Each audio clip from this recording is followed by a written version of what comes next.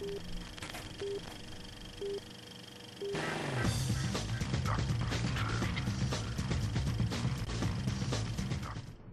I'm Scott Birmingham, and welcome to another segment of For Your Review. And we have a very special one-on-one with Mr. Taylor Hackford, the director of Love Ranch, and Marty Katz, the producer of Love Ranch. You guys are in town for a really short period of time to do an exciting 2 screenings of Love Ranch. And I got to tell you, there's a lot of films that go on that are shot that sometimes the producers or directors don't make a point to come out to do these kind of VIP screenings. So my first question is, did you guys think long and hard about doing this, or did you know you wanted to do this for Reno? Well, listen, you make a film, there are people, when you're a filmmaker, you use a lot of people. They all collaborate on a piece. It's not a painter or a novelist alone at their typewriter or their easel. And all those people put talent into your film. They collaborate. And I always feel it's incumbent upon the filmmaker to come back and show them the film. You know, you want to share that experience and put an end. Here we finally, you know, you were working daily on these different shots. You don't know how it all goes together. Now here it is finished, and then we can go on. Marty? It was one of the first phone calls Taylor made to me after the film was finished, was a conversation we had about we need to take the film to 3 places. We need to take it to Albuquerque, Reno, and have a cast and crew screening in LA. And we've done all that, and through the generosity of a lot of helpful people, we were able to put this together. And so far, everyone's enjoyed the venue. It's interesting, when you have a cast and crew screening, it's not exactly always that easy. Because, you know, a general audience doesn't know anything. They're just sitting there. Well, you know, the actors are looking at themselves and they're going, oh, God, they used that take. Look at my hair up here. And the hairdressers are going, oh no, you know, they used that thing with the hair here, or you know, the dolly grip is going, oh my, he used that dolly shot with a bump. You cut a film together using the best things to tell the story, and sometimes you go to cast and crew screening, it's rather quiet because the whole audience they have to see it again. But anyway, in this film, I hope it's enjoyable. People have a chance because so we shot in Reno. We went down Virginia Street. We did a lot of great stuff. We shot in a casino. And we shot a little bit out at the Mustang Ranch. But everybody sees just their portion. Right. The whole movie is about much more than that. And so it's interesting for people to kind of say, oh, I was here, but oh, wow, I didn't know it was about that. Which leads me to my next question, is the fact that, you know, in this age of everything being digital and you not having to go to locations, it becomes, I would think, very selective to say, okay, we're going to go out to this location, we're going to spend so many days doing this. Was that a hard decision, or did you know you wanted to do it? Is it a money-saving factor? Is it I want to capture the authenticity? From a director's perspective. It's not a money-saving situation. It is absolutely authenticity. This film takes place in the mid-'70s. Takes place, you know, in 1976. That's period. And you want to be able to capture some of the reality. If you have to recreate all that digitally, it's really expensive. 1, 2. I believe that you have the characters of this film, the actors who are playing the characters.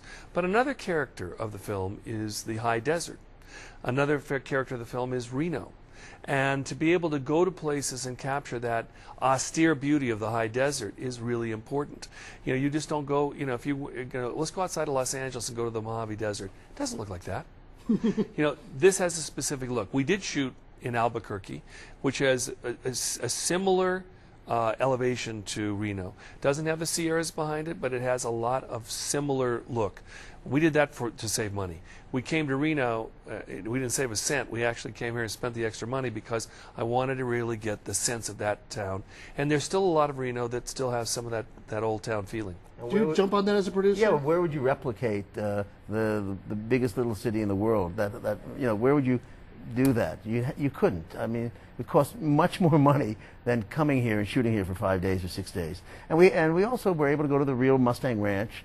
We have a sequence in the movie that is done 10 years later, and we went to the real Mustang Ranch for that. So we got a lot of value out of coming here. And when you watch the movie, it'll be very difficult to discern what was shot where.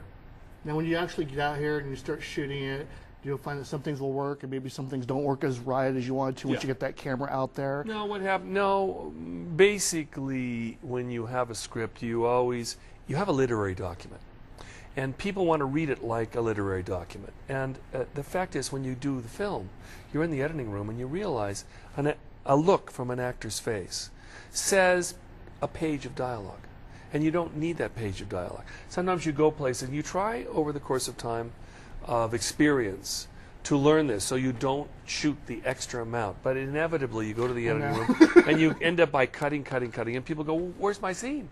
You say, "Well, that person said it with that look," and you know. So, but you come for specific reasons. Most of the things we shot in Reno are in the film.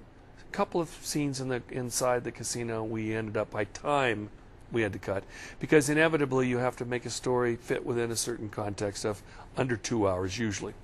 But you know, that's the luck of the draw. You get in the editing room and they have a nice saying: the edit is the last rewrite of the script, and it is. Very true. Do you sometimes go a little crazy once you're out there? Now, oh, I gotta shoot this. I gotta shoot this. It's not a bad idea to do it, because you know if you're austere and you say, I'm only going to do this, this, and this, and you go in the editing room and you want to go back, you can't. Right. Or it's going to cost you a lot of money. And try telling the producer that you want to go back. What? You know, why didn't you do it right the first time? It's a lot more expensive to go back. Reshoots or additional scenes cost a lot more than doing it right the first time. You know, they say that you tend to work with friends because you spend a long period of time doing a film together. How would you describe, you know, on the business and also on a personal level, your shooting while you were in Reno? Did you get treated the way you wanted to get treated? Oh yeah, we came here, and there's a woman named Robin Hollibird who was the film commissioner of Reno.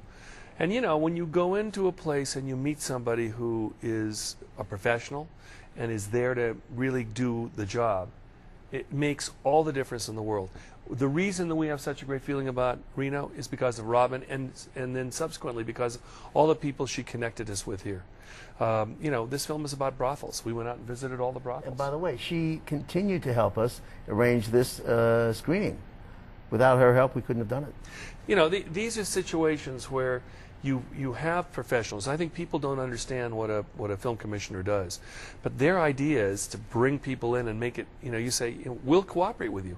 You know, we're not going to say stay away. We'll open our city up, and Reno opened up to us, and it was fantastic. We shot on the main drag. We had absolute access, and I have nothing. You know, in the future, you know, I'm president of the Directors Guild. If other directors come to me and say, "What's it like to shoot in Reno?" I'm saying, "Go. It's fantastic."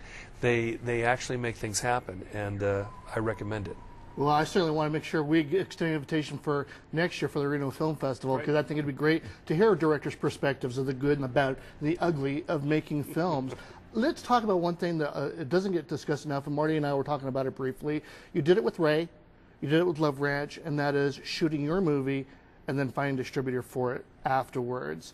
Is it something that you think you want to cultivate doing more, less? It's very hard. It's very, very hard.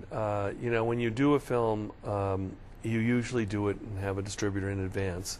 Of course, then you have the studio breathing down your neck, and I've spent a career, and so is Marty, having that. It isn't by design. It's that it gets harder and harder in today's world in Hollywood to actually make serious dramas.